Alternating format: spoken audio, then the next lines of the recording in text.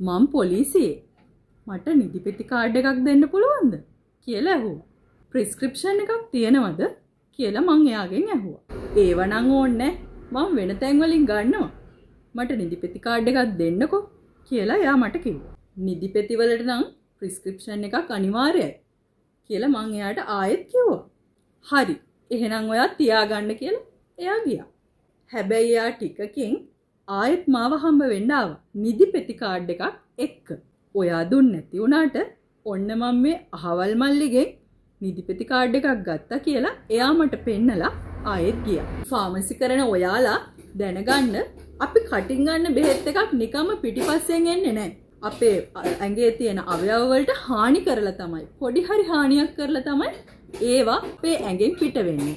නිදිපෙති වගේ දෙයක් ෆාමසි වල කට්ටිය ප්‍රිස්ක්‍රයිබ් කරන්නේ නැතුව ඉෂුව කරනවා කියලා කියන්නේ ලංකාවේ බෙහෙත් වල නීතිය තාමත් තියෙන්නේ වලපල්ලි.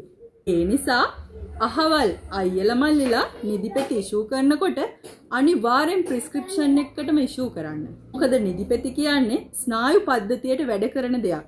ස්නායු පද්ධතියේ ප්‍රශ්න නැති අයට නිදිපෙති පාවිච්චි කරලා එයාලා නිදා ගන්නවා කියන්නේ එයාලට දිගටම නිදිපෙති අවශ්‍ය වෙනවා නිදා ගන්න.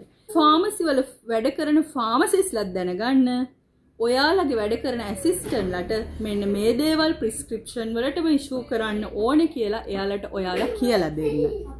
නිදිපෙති කියන දේවල් prescription only medicines. ඒ නිසා ඒවා prescription වලටම දෙන්න.